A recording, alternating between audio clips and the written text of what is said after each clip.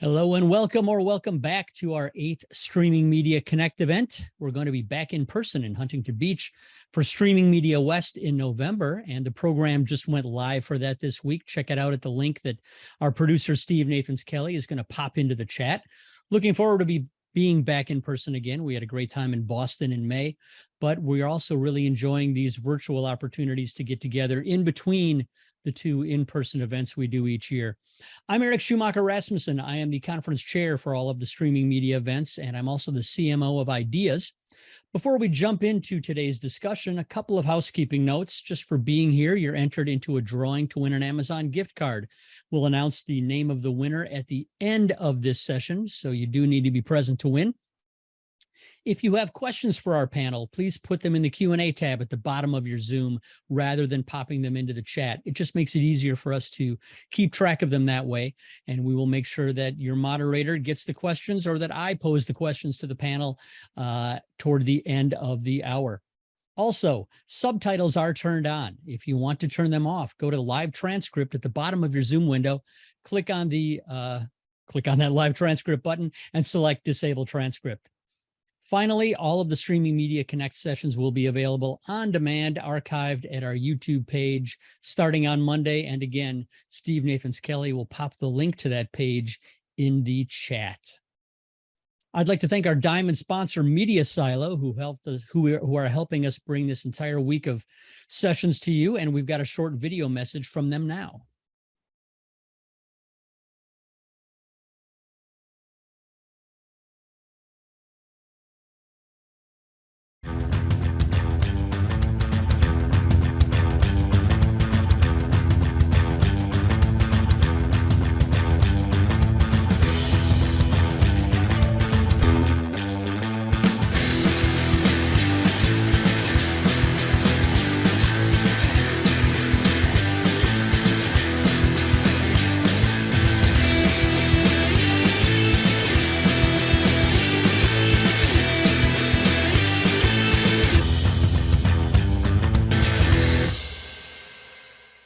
We have a great group of speakers and a great topic and a great moderator. I'd like to welcome Chris Pfaff, who is a familiar face to those of you who have attended Streaming Media Connect, or heck, if you've worked in or been around the online video industry, Chris Pfaff is a familiar face. Chris, welcome. Well, thank you, Eric. Good to see you again. Good to see everybody here. And it's great to do these Connect sessions, and looking forward to Huntington Beach, of course. Not that I surf, but it's going to be fantastic to be there. We've got a great panel, of course. I didn't name this panel, but I do love the title, SVOD. It's not dead yet, as Monty Python would say. It's not dead. It's feeling better. But it's a topic that, of course, is quite in the news, in the general press, and we have three of the best people, I think, who could discuss this. First, I'm going to introduce Jennifer Kent. She's the Vice President of Research for Parks Associates based in Dallas. Welcome to you, Jennifer. Thanks, Chris. Hi, everyone, and thank you to Streaming Media Connect for the opportunity to join you all. So I'm Jennifer Kent, Vice President of Research at Parks Associates, and if you're not familiar with Parks Associates, we are a market research and consulting company that specializes in emerging consumer tech and home services. So we track the entertainment industry closely, especially the big transition in video services over the past really decade, and excited to share some data in a little bit about what's going on in the market and whether or not SVOD still has little life to it. Exactly. Parks Associates once upon a time was big in what we called the home theater, home entertainment space, now putting out great research in OTT. And speaking of OTT, we have all the way from Santa Barbara today, Paul Pastor. He's the co-founder and chief business officer of Struum. Welcome to you, Paul. Thank you, Chris, for having me. Excited to be here on the panel. Just a little bit about Struum. We are an aggregation platform sitting for the medium to long tail SVOD services. So we'll talk a little bit about that as well. And as you also know, I also co-founder and chief business officer for First Light. So can talk a little bit more about the technology that's used to support some of these platforms as they look to grow. Great. Thanks again, Paul. Last but not least, we have Evan Shapiro, well-known name and face in this space. He's the CEO and change agent. He's also the media universe cartographer, for those who don't know, with ESHAP. Welcome to you, Evan. I want to know, am I eligible for the gift card? If you want to, I think so. I don't know that I would have agreed. We'll do a back end deal. Fine, How's but- that? Okay. Yeah. Yeah. I think you're not ineligible. You're not ineligible. Not How's that? ineligible? Yeah, Thanks. exactly. We can get into double negatives. So first we're going to start with me asking the three of you for both your research and anecdotal perspectives on the SVOD market and what the next 3 years look like. And just a trigger alert for people, you are going to see some slides. So show me, don't tell me is one of my mantras. And we're going to start with Jennifer Kent. So Jennifer, take us through what you're seeing in terms of both the maturation and the evolution of SVOD and where it's going. And also, of course, please present some of your recent research. The floor is yours. Yeah, happy to do so. And thanks for the opportunity. Hopefully you guys can see. Give me yeah, great. Always happy to have that thumbs up. So just for some context around this, so Parks Associates surveys 10,000 internet households every quarter.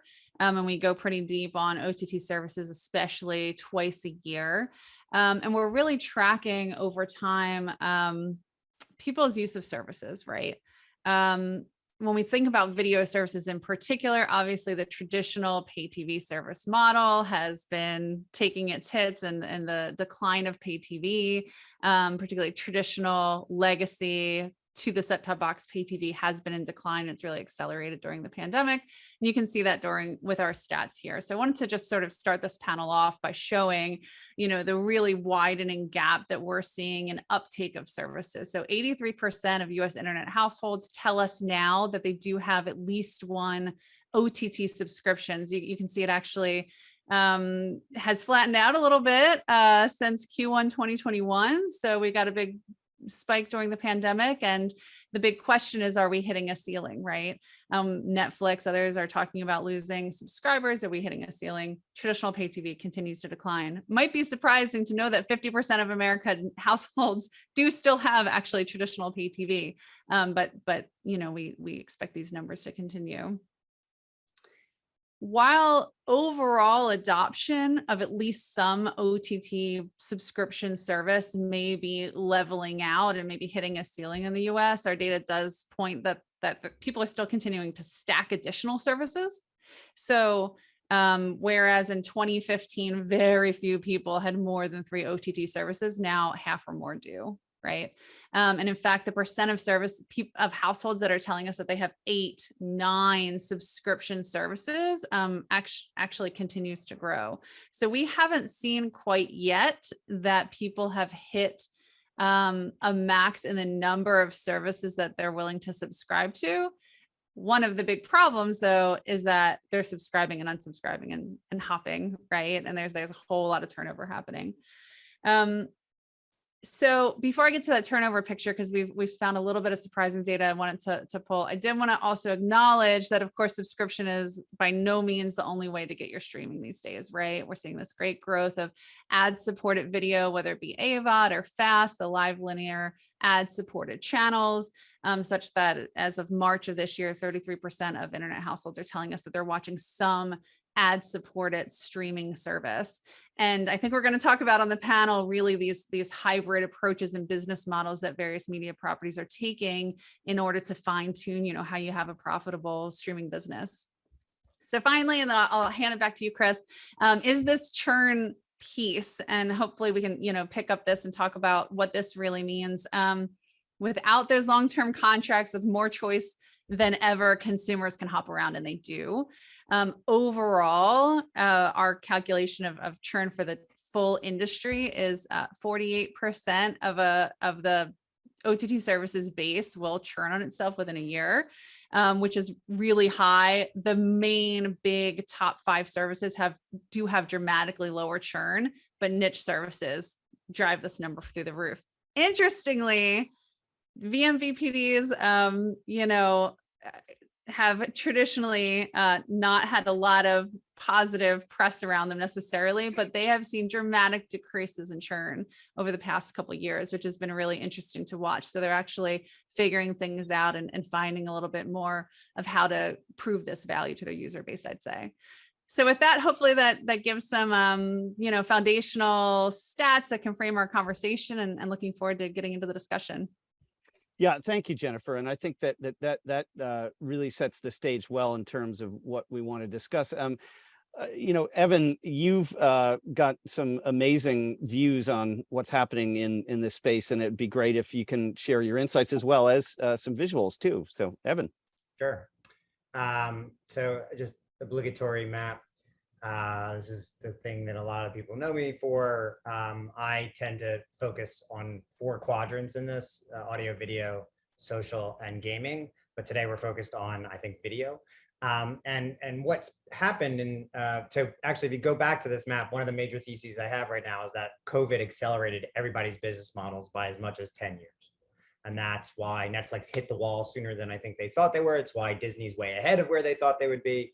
So it applies everywhere. One of the other byproducts, though, was in the home. Many more CTVs were sold over the last couple of years than probably would have been sold over those 2 years otherwise. And what's happened is in the home, the CTV has replaced the smartphone as the home screen. So for video, importantly, not for social media or things like that, but for video and increasingly for gaming, CTV has become the home screen. They're going for the best quality screen, and the screens are actually smarter every year than they used to be. What you see here, Nielsen made a big deal about this, is that in July, for the first time, streaming passed pay TV as the #1 way to get content. I think that'll toggle back and forth for the rest of this year, but by next year, streaming will be the dominant choice overall. And then when you look at where people are watching, it's increasingly moving again. This mobile growth is expected because out of home, there aren't many choices. You're not going to carry your connected television around with you. You're going to go right to your smartphone. But CTV is really picking up speed, and in the home, it's gobbling up almost all the video views. What's falling, though, is the connected device. The dongles have flattened and will probably start dropping like a rock, and the consoles and desktop as a choice are losing to the bigger screen. Another key component here is who's getting these eyeballs. Roku is the dominant force here by far, but this is a downturn for them. This is a smaller number than it was in the previous quarter, and share is moving to places like Samsung, who's putting a tremendous amount of resources into streaming, but also the strong comer here is Google, who's coming out of almost nowhere and taking on a tremendous amount of the eyeballs. Fire is doing quite well, but as they're now transitioning from their dongle to their connected television screen. And obviously this is my fast map. So free with ads is the big fast comer, as Jennifer mentioned. It's a lot of the viewership is going there, and fast is growing fast. However, I think what's really truly happening is AVOD and fast are being conflated, and the viewership is really going to start mixing between those two. And then you add things like ad-supported SVOD, and then it really starts to confuse the consumer as to what their true preferences are and who's watching what, to be blunt. One of the big things to track is as Netflix starts to lose subscribers, they shed 1.2 million subscribers in second quarter, which is incredible because it was seen as good news because it wasn't 2 or 3 million. Where they're going is really important. And increasingly, so 2 things to note here. To Jennifer's point from earlier, in the first quarter of this year, there was modest SVOD increase. In second quarter, the data I've seen has showed that SVOD signups in the United States was flat, no increase, no growth. We have peaked in pure SVOD. And you have these people who are serial churners who are signing up for a show, then hopping over to somebody else. And yeah, they're stacking services for a month. And then Ted Lasso ends and they go somewhere else, or Squid Game ends and they go somewhere else, or Only Murders in the Building ends and they go somewhere else. But increasingly, when people are canceling an SVOD, they're going to an SVOD with ads. Now, this is Antenna from first quarter. They're going to release their newest numbers any second now. I'm waiting with bated breath. And what we're going to see, so if you track this, what's happening is pure play SVOD, no ads, was the dominant force for a while. In 2021, movement went these are for new signups to SVOD with ads. And then in first quarter, it grew even faster. What's going to happen in second quarter is these two arrows are going to get closer and closer together. And we're moving to what I call the new version of pay TV, which is either SVOD, subscription advertising video on demand, or pay CTV, however you want to look at it. But this is the model that we're moving toward, is this hybrid between free and paid. I don't think there's going to be in 10 years people who only do one. I mean, I'm sure there will be a couple, but the dominant force will be some mixture of this model. And so for the streamers, it is, what does this model look like? We have fast channels. We have some AVOD. We also have our cable TV, and we have a subscription video on demand with no ads. They're all going to need to merge into a seamless experience, or the consumer is going to basically tell us to fuck off. So those are my slides. I like the way you close that, Eric. Evan. And words to live by, Evan. Because let's not forget the audience, people. We're talking about SVOD services. We're going to be talking about executives. We're talking about shifts in the market. But those humans who push the buttons and pay the dollars, they might get a little angry. But the SVOD and pay the CTV, I think, that really does speak to everything that we were talking about in terms of what the evolution is. And I'm very curious, as you said, Evan, with respect to what data that you pulled from Antenna on churn, because we'll talk a bit more about that in a minute. But Paul, it was very interesting. Evan had a slide and talked about the great growth that Google is seeing, and you've done some recent work with Google. And why don't you talk about that and also give us your thoughts on the next couple of years in this SVOD universe, or SVOD, if you will. Yeah, I mean, I think both Jennifer and Evan contributed a lot to the conversation around what's happening in the broader trends, right? So we're seeing a tremendous amount of growth. We're most certainly seeing churn as a big driver of the industry. We're seeing the development and expansion of new business models, right, as these platforms look to retain and fundamentally better monetize the consumers. And I think that's really the big story of 2022, is actually figuring out, hey, we have reached saturation in our current existing business model. We need to drive diversification of our business models as we want to both seek new growth, but also get deeper under the demand curve for each individual consumer. And fundamentally, what we need to be able to do is not only have SVOD, SVOD, as Evan has coined, the AVOD model, the fast channel model, et cetera. What we really need to understand is hey, for each individual consumer or various cohorts, right, how do we think about both the product offering from a content basis, but also a business model, and how those marry to actually optimize that for the consumer? That seems to me to be, of course, something that you're right in the middle of, and particularly where machine learning and AI can help identify that, where some kind of micro personalization, maybe it's even on an atomic level, who knows? But the fact is that that's been the job of everybody. And for those who don't know, Paul has a great long career in the content business, as does Mr. Shapiro. But since we're talking to you, Paul, I mean, what do we think of the next even 18 months? Because I'm going to throw this question to you first. A lot's been talked about, and maybe not enough, about the fact that production budgets are being slashed at the big SVOD players. But it's those slates of the franchise building shows, the Oscar-worthy films. I mean, we mentioned Ted Lasso, our everyone's favorite, hearing impaired film, which won the Oscar, which I couldn't stand, but there you go. Congrats to Apple TV Plus. I thought it was a great movie. It was like an ABC after school special from the 1970s for me. Sorry. But anyway, what's wrong with that? Exactly. Okay. I enjoyed it. Yeah. You want to I was fight raised about on those.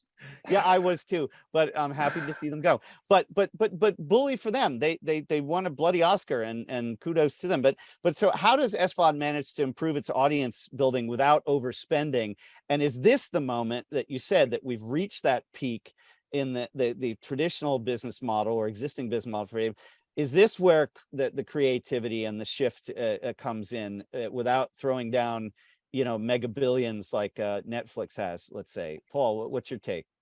Yeah, sure. So I think as many of us who sat in those rooms before, when you're in the process of greenlighting shows and you're looking at overall budgets, everybody just says, make more hits. And you're like, oh, if it was just that simple, of course we would do that, right? Why And didn't so I we'll think slash of budgets, that? but we'll just focus on like where the hits are, or the things that are really going to, and you're like, oh, if we all understood what was going to be a hit from the moment it's an idea until it's execution, like we, you know, there are very few people who are that level of genius, right, that sit across. So it's no surprise that as business models mature, as people have to figure out kind of what their cost curves look like and how they're investing in content, that they are trying to be more, I would say, directed in terms of what they're doing. And I would say with the amount of data they have available, they can be smarter about the things that they like to greenlight and how, you know, certain genres will play to certain cohorts, but also build secondary cohorts and tertiary cohorts that drives the appeal and can drive the retention and drive that engagement and drive that monetization. I think those are the key pieces of what we're seeing. But I would say that there's like this broader trend of what we in the industry at this moment. What we've seen is especially among the biggest players, there's been a lot of consolidation over the last few years, and they developed various businesses. So you can take a Paramount, for example, right, which has Paramount Plus, it has Pluto, it has BET Plus, et cetera. And so they've through that acquisition with Pluto, and maybe through an acquisition, you know, through their base business with Paramount.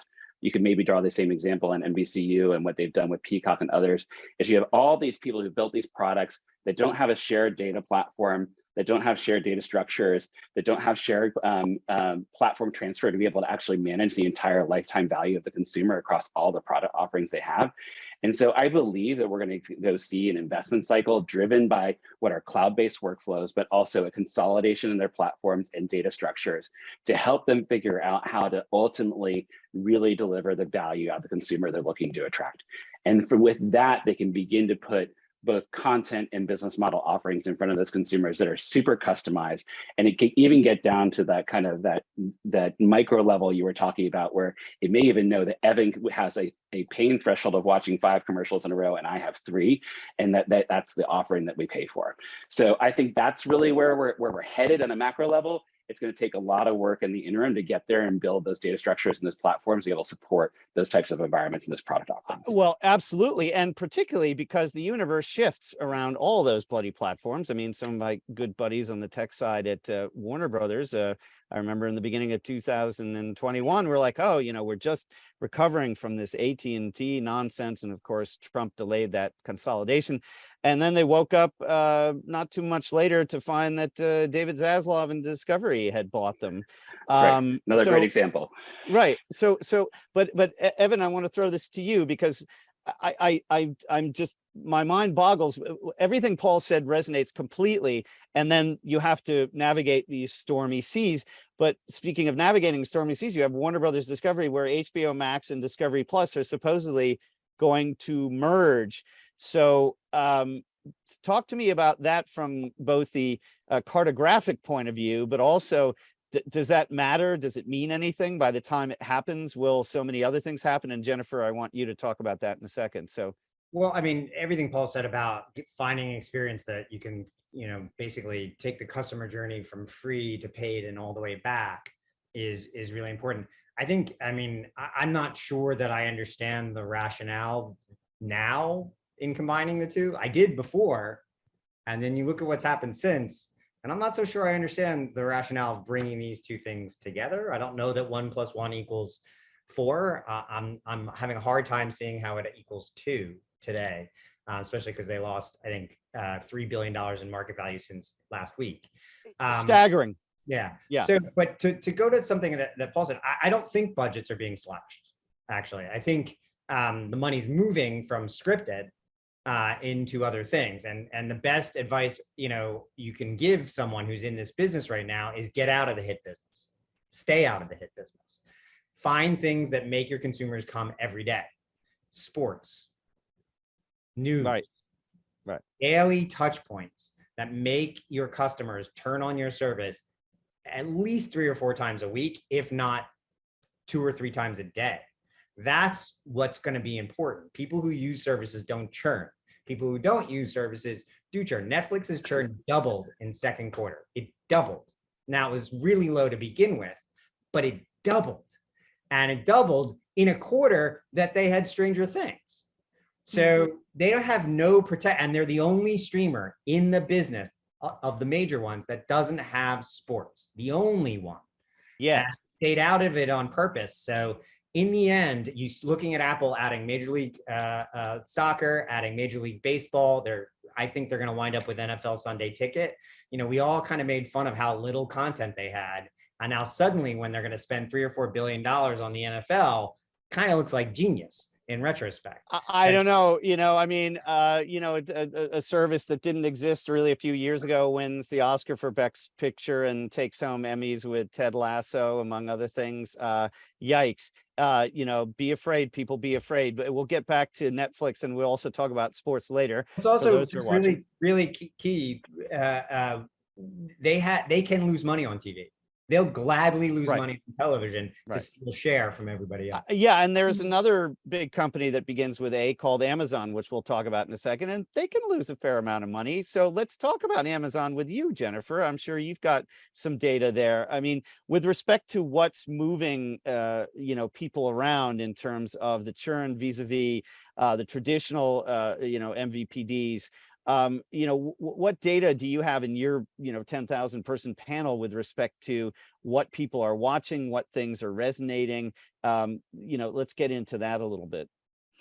Yeah. So, one thing I just love to maybe add on to the last discussion, and I'll jump over there too, is if it's so easy for us all to follow all these little individual moves and get down into the details. But I think big picture, one thing that we are starting to see is consumers struggling with the fact that they have 8 or 9 different services, right? How do you find what you want to watch when you want to watch it? In sports, it's a really big problem of where is this specific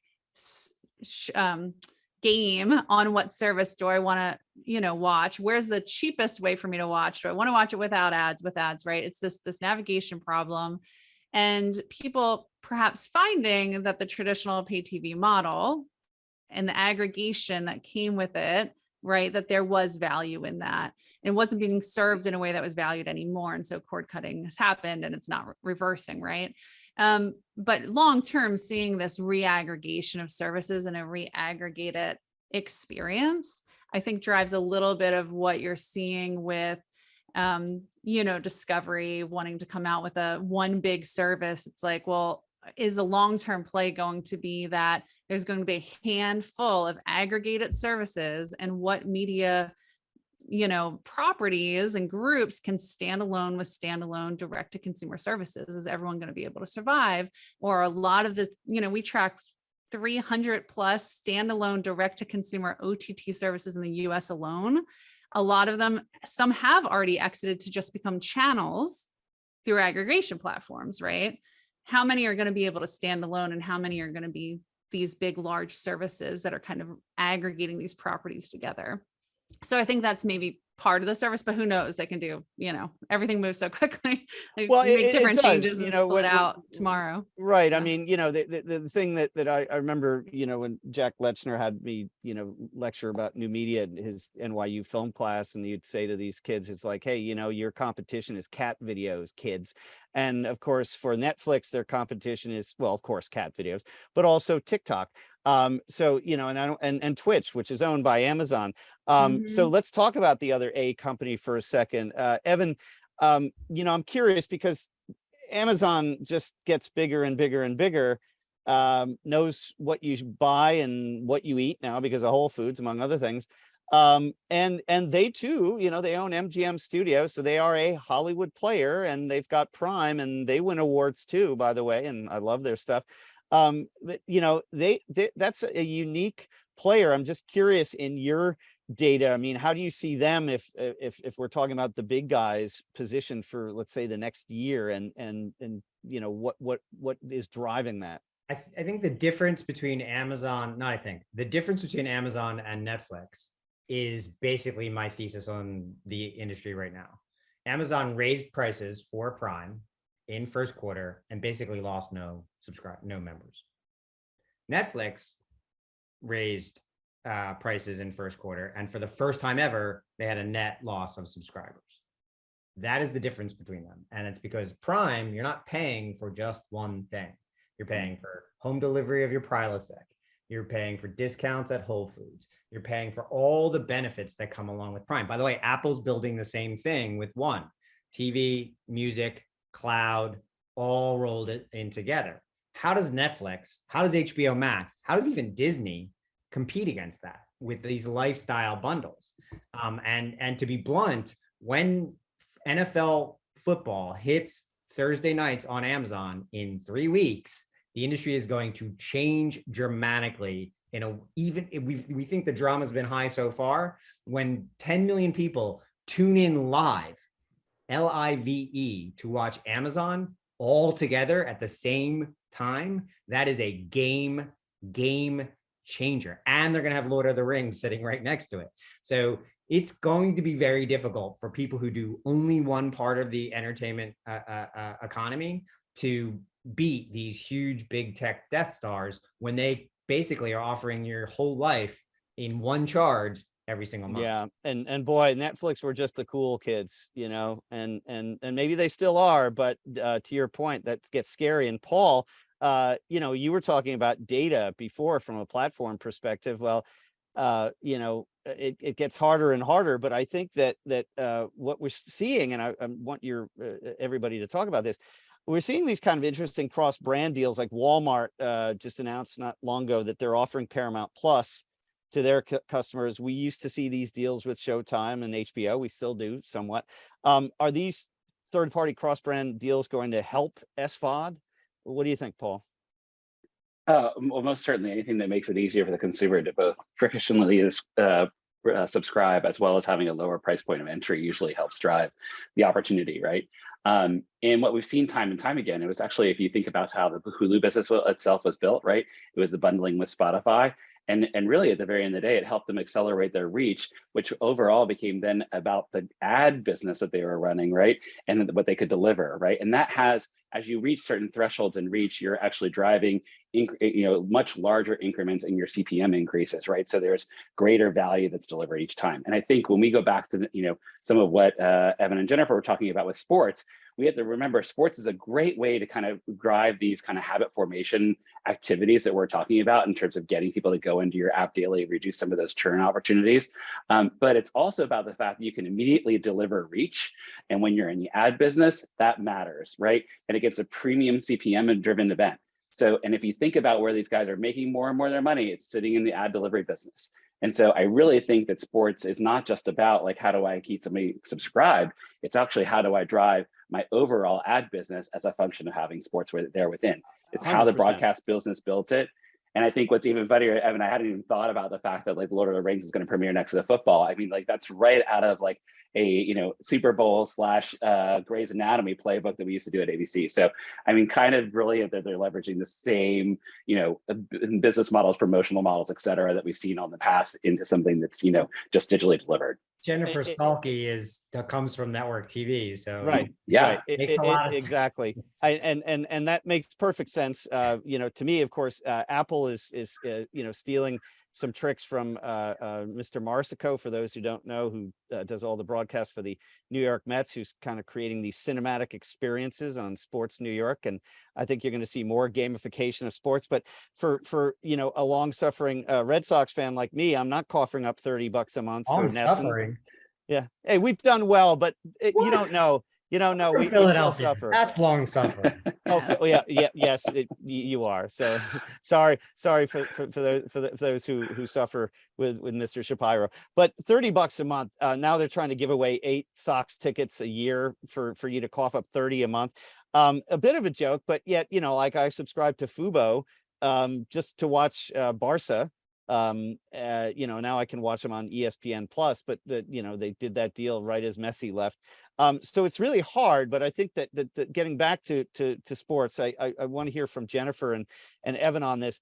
I mean, there seem to be just so many opportunities, whether we've seen it, with clubs, even brands, I mean, to sell to individual consumers. And I think that's sort of the unsung heroes of where SVOD goes, is either bundling packages around sports or reinventing how those models, particularly the SVOD models, are happening. Jennifer, what's your take? Yeah, so happy to share just a little bit more data here. We have been tracking all of the leading direct-to-consumer OTT sports services, right? You can see, the early 2020 COVID hits and sports stop, right? But by now, ESPN Plus has taken off. Most of this growth is actually ESPN Plus, but the, League Pass, NBA, MLB TV are growing. And so 31% of US internet households are now subscribing to an OTT sports specific streaming service.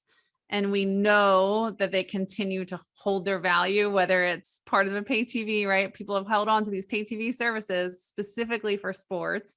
And now that the streaming rights are getting dispersed into the streaming world, it's this major, major shakeup. I think it's interesting to think about whether or not the sports fan will really follow their sport into and pay this $30 a month, right, to that specific service. And one of the reasons I'm kind of bullish on this is the fact that it's such a bad sports fan experience right now to be able to find your games, right? Especially if you're a cord cutter. I mean, starting there, right? If you don't have a pay TV service, trying to find all of your games is kind of a nightmare. It takes a lot of research. You're just putting out too many jobs on the viewer. So for those who can and are able to, we know people pay for sports. You're going to pay how much for that jersey, for the merchandise, right? It's actually what for the tickets. I'm pretty bullish actually on direct to consumer sports services. Yeah, Evan, we talked a little bit about this. Where do you see sports going in the main for SVOD or SVOD? So, I mean, when you look at, again, this goes back to what I was saying before, the only major streamer without a sport right now is Netflix, which is even crazier because they lost the bid for Formula One, despite the fact that they made Formula One popular in the United States. But in the case of like Major League Soccer and Apple, which is Major League Soccer isn't on here, Apple is actually going to improve that sport. They're giving them so much more money, and that's going to, and actually the money is being relegated to the smaller market teams in many cases. And so you're going to see that sport actually take off, and you're going to probably see some very famous European stars make the move over here at the end of their careers, like Beckham did a generation ago. But it is going to be table stakes. And I think, one of the big things to watch is Disney decided not to re-up the streaming rights for Indian Premier League cricket. Netflix has failed in India. They have very few paying subscribers. One, they price themselves out of the market, and two, they provided a product that is not necessary. Whereas Disney came in, bought Hotstar, and it's basically, it's the crack cocaine of India. You cannot. That's the only product people will pay for. And it's the only product really that most of the Indian audience does pay for.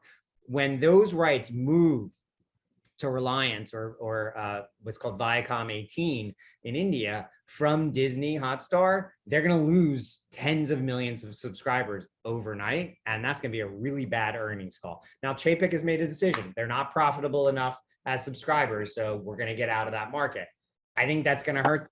But then you look at Sinclair, who created this Bally sports streaming product, and the CEO of Sinclair likes to tout himself as a Mensa level genius, but he forgot to calculate the streaming rights into his costs when he launched his.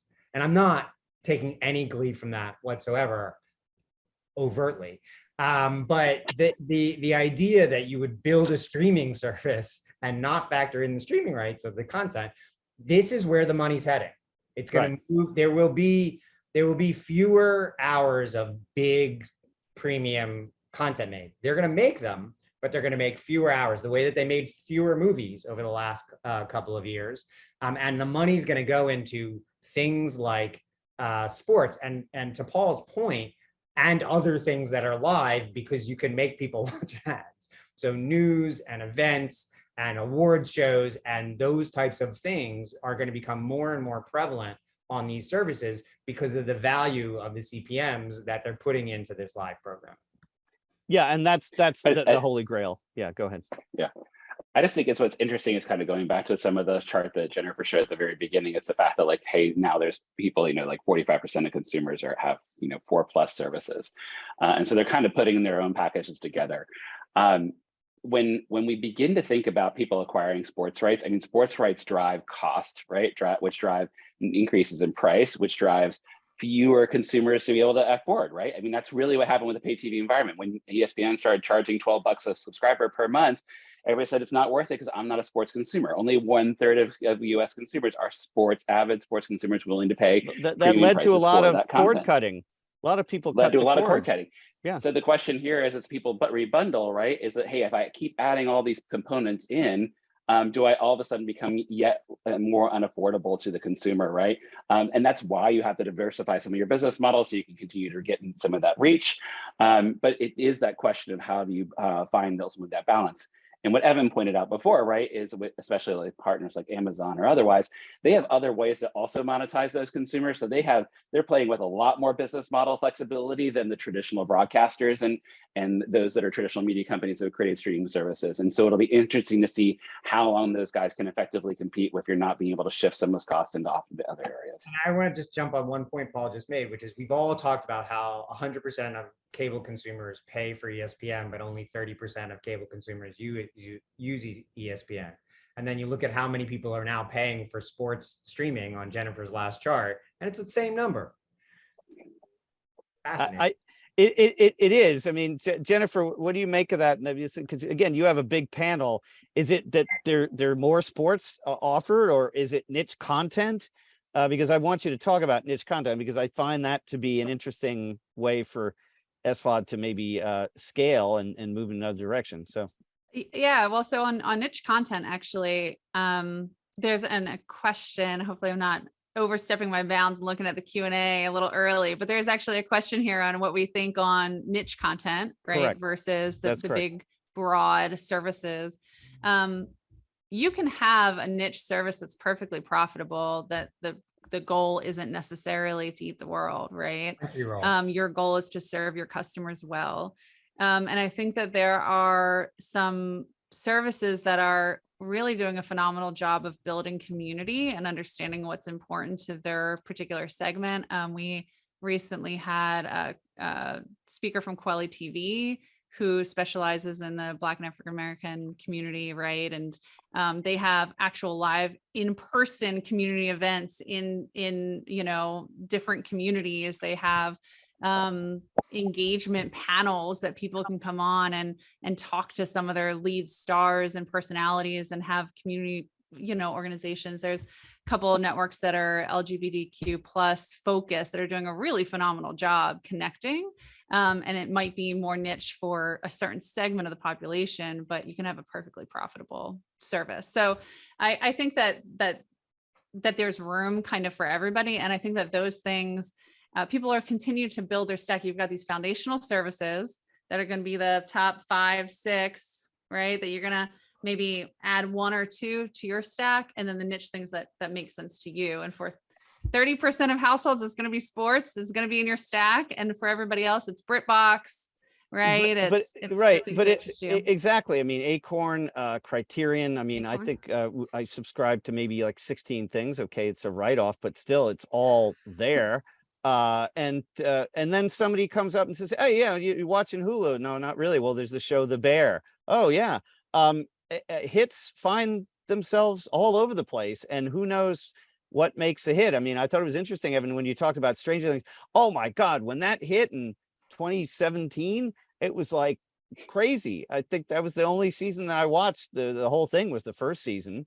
No disrespect to the other seasons, because I think that it's brilliant what they do, but maybe we've shrunk the window for some of these hits, even though they're persistent. It's not like they necessarily go away. Netflix steadfastly, I mean, they're reversing every decision they always said they would never make, ads. But they're like, we're not going to roll things out week at a time, when it's really working incredibly well for HBO Max and Hulu. Amen. And Apple and all these other. It's, it keeps people subscribed longer. And so they dropped, they dropped 2 different halves of the Stranger Things season, which is basically them admitting that we need to start rolling things out 1 week at a time. And that's gonna happen very, very soon, especially when they start adding ads.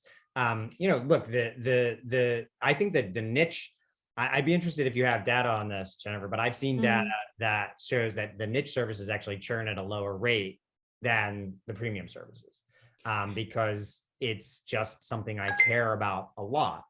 And I think cults are better businesses than passive viewership.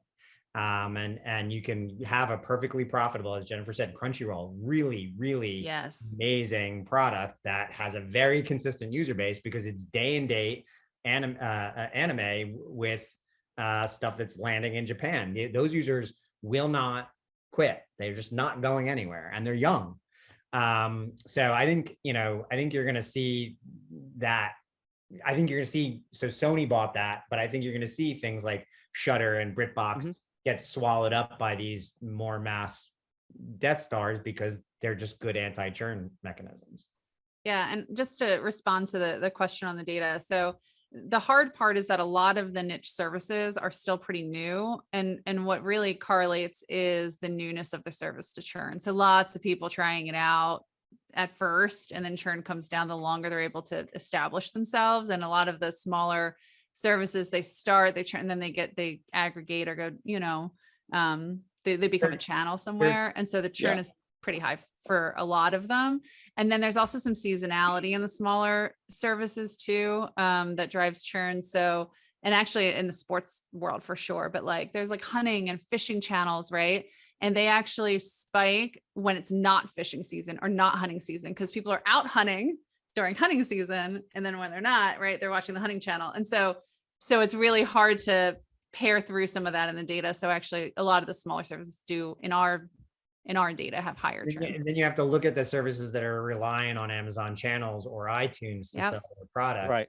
In the case of Amazon channels, they tend to sign up a bajillion new subscribers on Prime Day. Yes. Yeah. The churn level of those subscribers is astronomical. They sign up for their cheap deal and then they're gone when the deal ends. Well, we saw also, because with Struum's, obviously its value proposition was to aggregate the niche, the medium to long tail services, right? We put together 70 services across those various opportunities and what we'd like to call passion verticals. When we did our own research, right, we found there were certain verticals that were super underserved, sitting in art house films, documentaries, Black music, and LGBTQ. And there's actually an efficiency curve to how you can stack some of those offerings so that you can actually reach like 84% of consumers by how you think about the offering of those and bringing those opportunities together. But there's still a lot of actual competition within each of those verticals that we would see. And what we saw from our consumer behavior on our platform is that somebody would come in to watch maybe a show from, let's say, a Deco, right? But then watch something from Out and then watch something from somewhere else. So they were actually, to your point, they were super fans of the genre, and then they wanted to sample across all of those multiple services as opposed to one that may not be able to fulfill all the specific needs of that genre. And that's what I think where you saw Crunchyroll do the acquisition, right? They were basically like, hey, we're just going to pull all this together versus fighting it out and have one-stop shop. And that's how they've kind of been able to super serve that community in ways that other people have not yet been able to build. Yeah, and I think we just saw the news that of course Crackle Chicken Soup for the Soul and Redbox come together, and that's an interesting one because of course Crackle, a Sony product done very well, and and you've got some interesting content there, and they're no longer a Sony product. I said they started out as a Sony product, and Sony has gotten props for not being in the space per se. So, I find that really, really, sort of fascinating to view from the standpoint of a big entity that is a big Hollywood studio with a library, not getting in that way, but playing very well. And of course, they have PlayStation. So, and maybe they learned through their channel that that's not a place to be for them. Who knows? But it is interesting, we talked about is SVOD dead? I think the point is it's evolving and changing, but I want to talk a little bit about the fast channel growth vis-a-vis SVOD. And Paul, I want to start with you on this before we take some questions, because we do have some questions. Sure. Are we going to see more branded content, more micropayments? Are we going to see more crypto play in here, Web3? What mix here, whether it's SVOD or slicing things? I mean, what without giving anything away, although we would like you to. You know, where do you see that going? You know, I wish I or do had they the answer, just but they given just love each other, Fast and SVOD or yeah, SAVOD?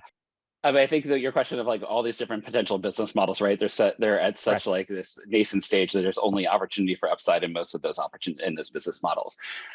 With Fast, you know, I think like 2 or 3 years ago, and people probably would have been surprised by people watching linear television and the number of ads they're willing to watch, and the growth of that.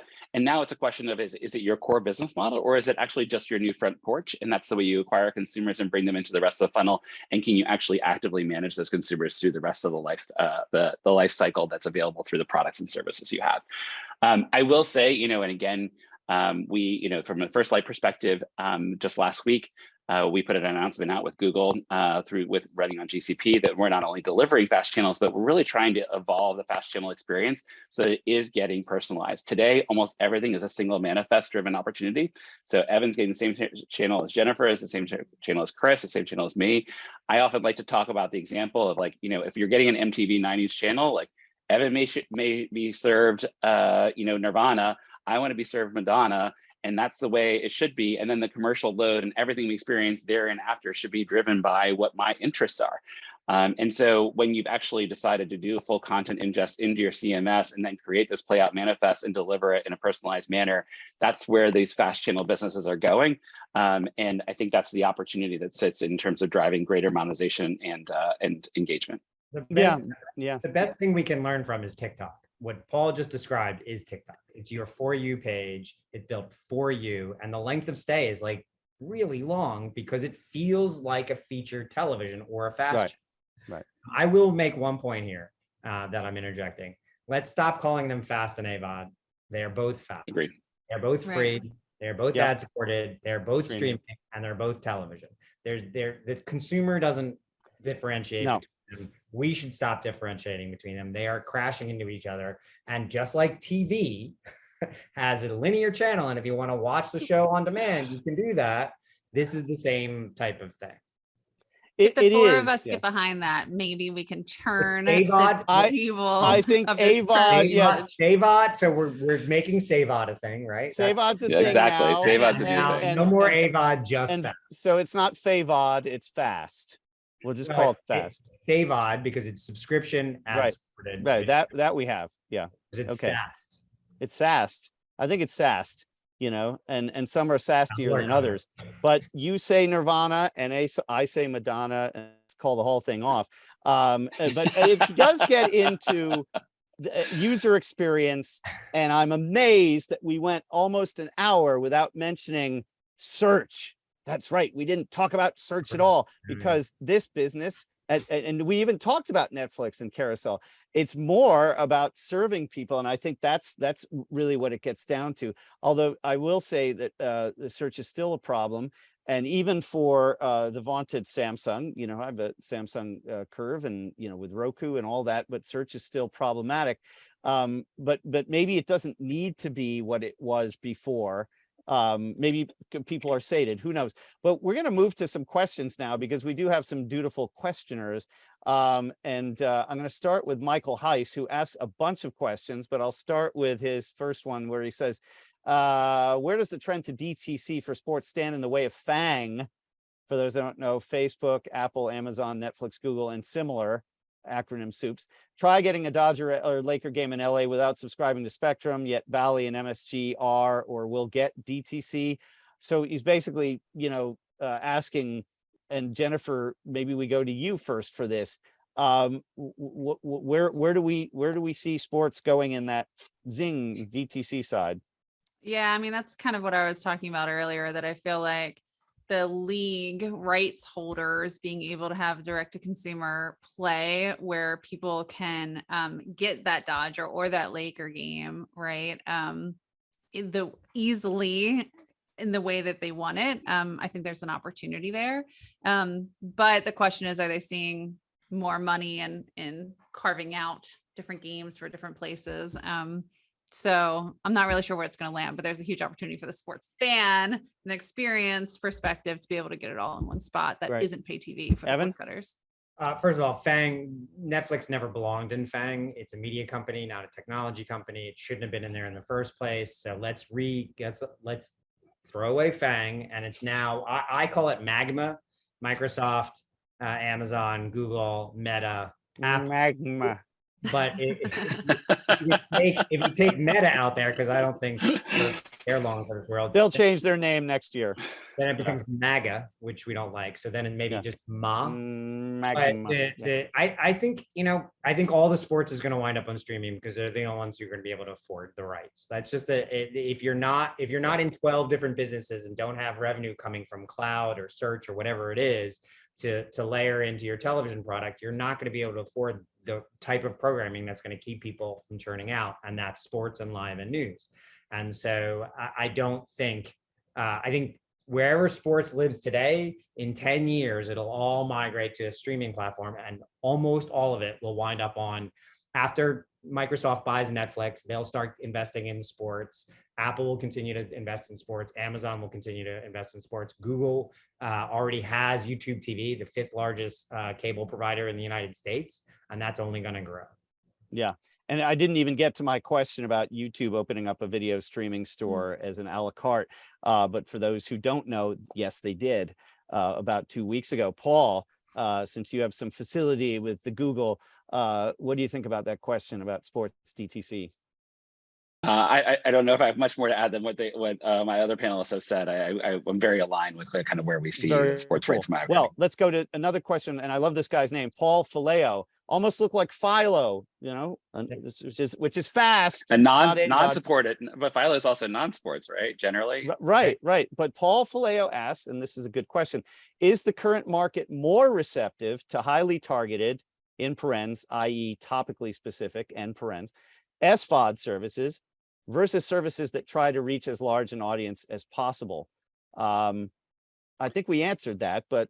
Yeah, pretty much. But I think if you drill down and go a level deeper into like something like Masterclass, which is a great product and does very well, like to me, yeah, there's a lot that you can drill down. Totally. Yeah. So I had, my guy Mark from Together, which is $9.95, $9.99, as these great sessions with musicians. And for those who didn't, see that panel, that's a great service, and he super serves people, and it's high quality, and he's got on demand, and so I think we'll see more and more of that.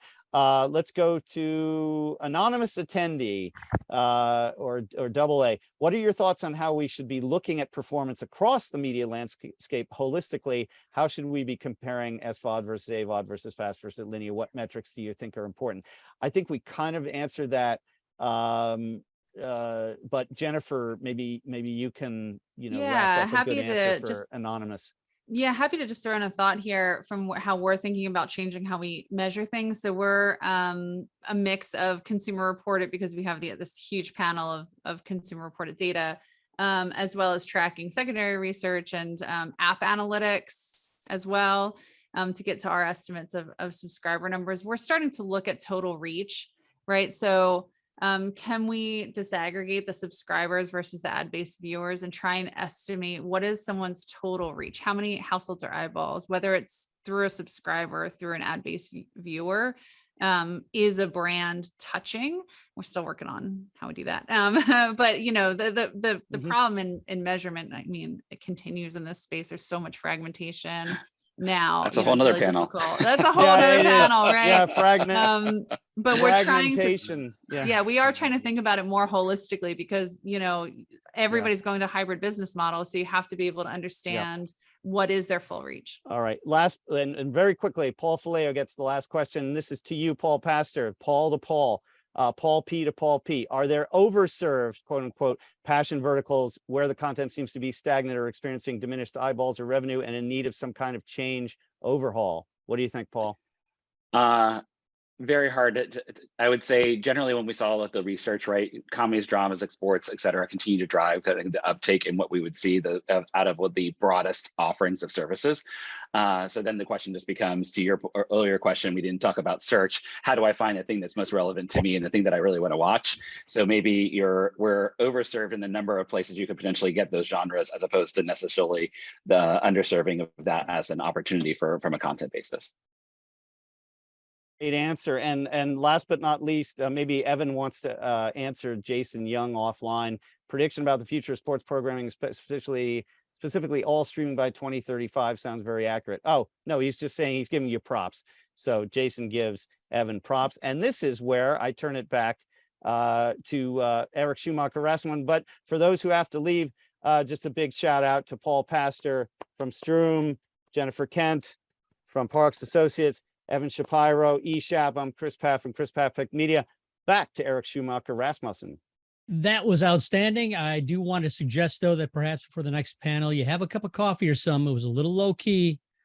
Maybe bring up the energy level a little bit. I'm very Come tired. on, people. This one goes to 11, mate. Yeah, right.